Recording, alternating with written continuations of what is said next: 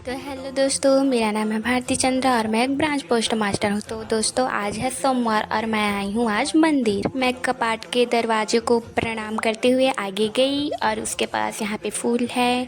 नंदी भगवान जी भी आगे हैं और मेरे दोस्त लोग आगे थे, पर मैं वीडियो बना रही थी इसलिए मैं सबसे पीछे थी।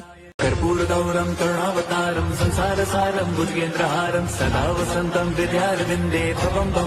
कई लोग बोलते हैं कि नंदी भगवान के कान में कुछ बोलने से विश पूरा हो जाता है। मैंने तो अपना विश पूरा मांग लिया, आप लोग भी मांग लेना।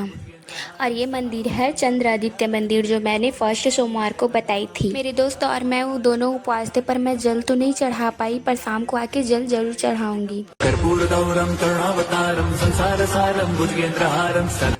मैं तो पूजा कर ही रही थी, पर मेरी दोस्त ने शंकर भगवान से टीका लगा के मेरे माथे पे लगा दी। भी ना दे पाए पर टीका दे पाए, ये बहुत ही अच्छा है, इसीलिए मैं उसका आशीर्वाद लेके घर आ गई।